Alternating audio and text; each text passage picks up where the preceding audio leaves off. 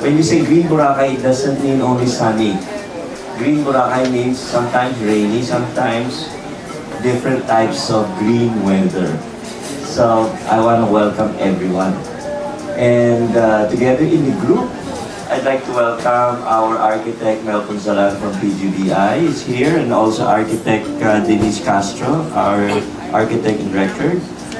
And we have representatives from Taikanya and Kite Surfing School is also here. They were the first. Representatives from the media and also from Boracay Magazine is here. And also from Boracay Informer is also here. Okay, very good. And from Informer Radio is also here. So we are represented by all print, radio, and television media here this morning. Thank you, Jared. My name is Mel Latter, and I just want to welcome everybody and thank you for coming, especially in this weather. And it's amazing that the planes landed and we got our speakers and everybody's here. That's going to be talking today, and enjoy the day as much as you can. Karuna Boracay, no? Ang intention is to build eco-friendly, no, infrastructures and development, no, na talagang yun naman talaga dapat ang kailangan natin in Boracay Island, no. Green architecture, actually siguro ito yon din, talking of green architecture, na actually matagal na, no, na ini-implement at ini-introduce in some developing countries, especially in Europe. And now, unti-unti na rin nating dinadala, no, or i-adapt dito sa Pilipinas. Every day, every moment, every second, no, we experience the heat of the sun, the radiation of the sun bombarding the earth. And this is pretty normal. It hits the surface of the earth, hits the atmosphere, and a major portion of that heat is reflected back into space, reflected back outside of the atmosphere. But what happens is, because of industry, because of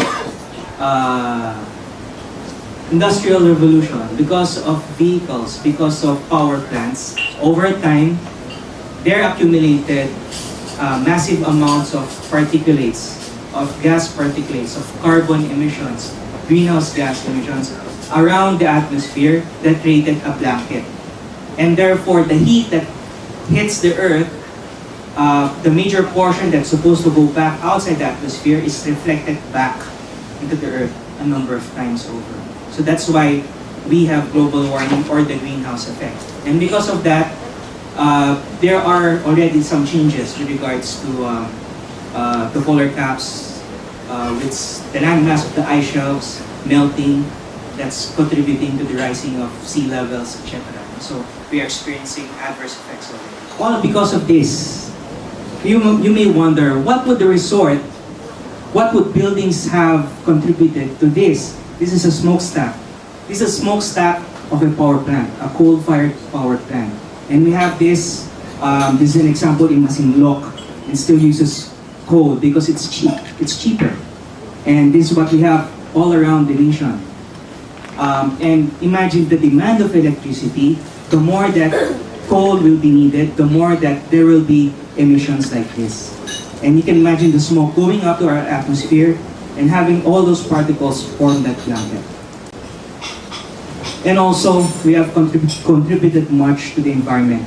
Going along with what our dear friend from Penro has already mentioned, there's that effort in order to regreen portions of Boracay, to revive the mangroves. But this is the reality. In the lower right, that is a picture of a mangrove area that has become denuded, right? That has been destroyed, all because of development. Not on the ocean, but coming from inland. And this is reality. Whatever we do inland, it trickles down to the coast. Biodiversity is affected. The ecosystem is affected. The food change will be affected.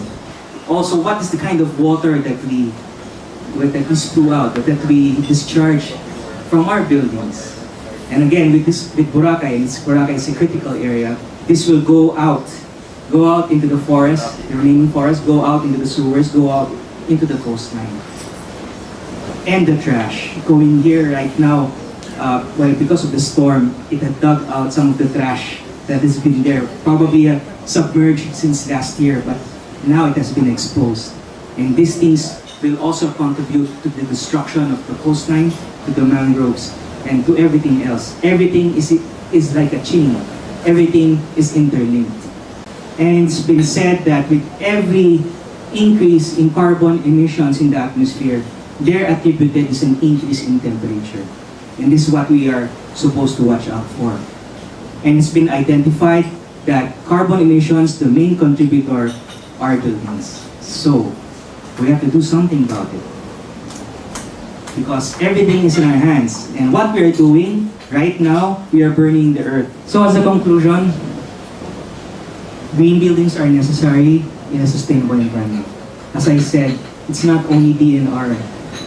We will have the responsibility, because DNR, his responsibility is the environment. Us who are stakeholders, us who are having our building projects, we also need to be responsible. We need to come up with green buildings for the environment. And it's not only the building, as I mentioned. With DNR, with major stakeholders, government, with the natural surrounding, the macrosphere, not only the micro, it's a holistic approach. So having a green building will help a lot, whole world, not only the nation, but the whole world. Because we'll be meeting the needs of citizens today without limiting the options of future generations. And survival is the key, it's resiliency. And having a green building, you'll have, it's more fun in the Greeen Boracay. Good morning. My name is Denise De Castro, and just wanted to give a short introduction to how we started designing Karuna Boracay. It was definitely a green project from the very beginning, taking into consideration many of the design elements that Architect Mel mentioned, looking at siting as a primary design starting point. However, the site actually faces east more than it does north or south, so we have to site the building in such a way that maximizes views, but also maximizes ventilation and provides protection from the sun and other elements coming from the eastern elevation. So we've had to really design with that in mind, and then looking at other design elements that will make it green are the protection of the building envelope, looking into aluminum versus say PVC. So we've been doing that sort of research through the whole process.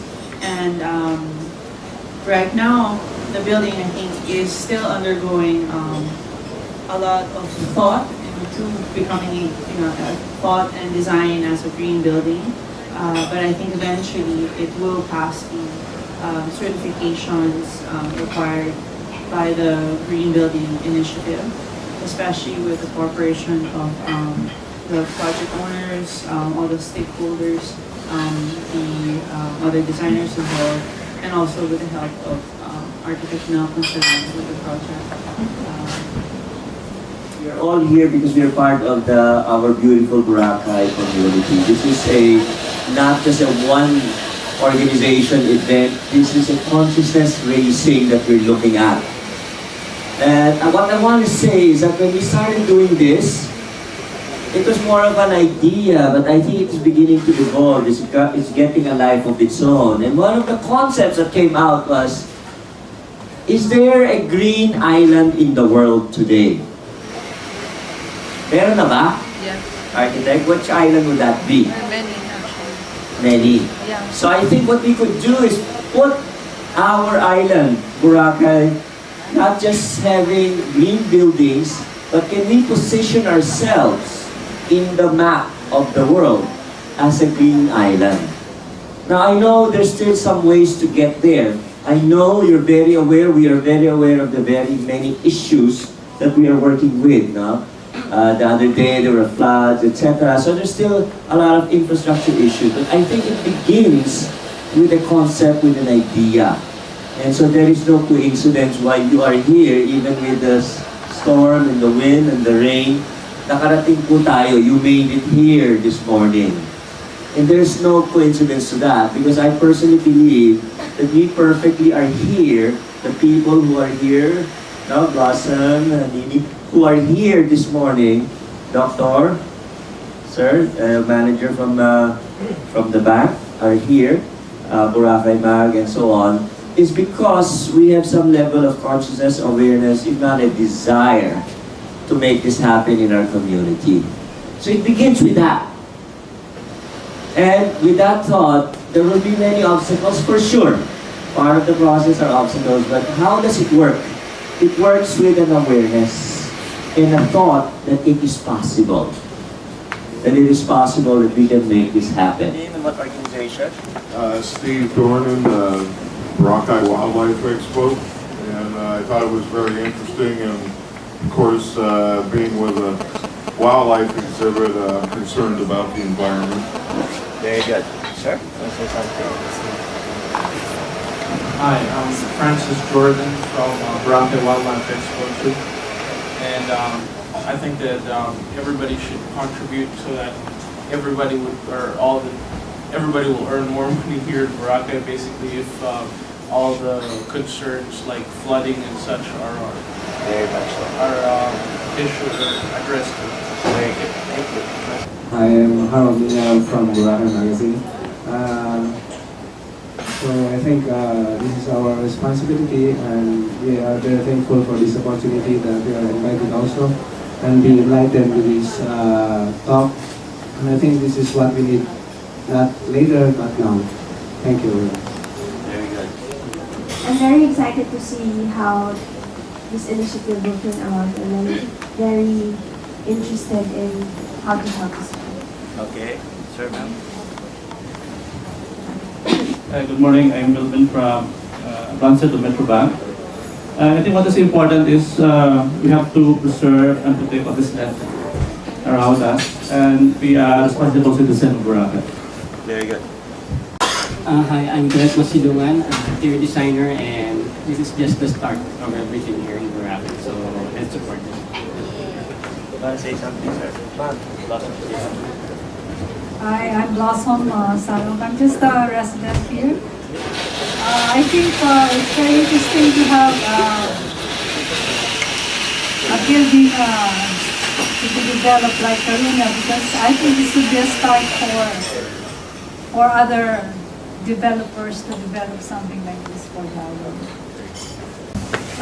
Good morning, this is Phil Brown, Commissioner of the Boracay Informer. Well, kung nasa Maynila ako, nakikita ko yung it's a greening like somewhere in Port Bonifacio. At I'm so glad na it's already here in Boracay. At sana, maging part ito ng mas maganda pang development ng isla when it comes to preservation of nature. Thank you. So you have nature as well as human-made contribution. So what are we saying? Nature and human-made contribution need to work together.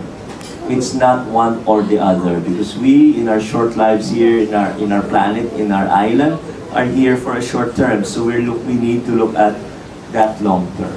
So maraming salamat po. And we are also looking at probably supporting. We are a member of Zero Carbon Resorts. Sometime in July, we may hold another symposium like this, and we'll see who among the Boracay community would be here to support that in July, Zero Carbon Resorts. So maraming salamat po. Thank you.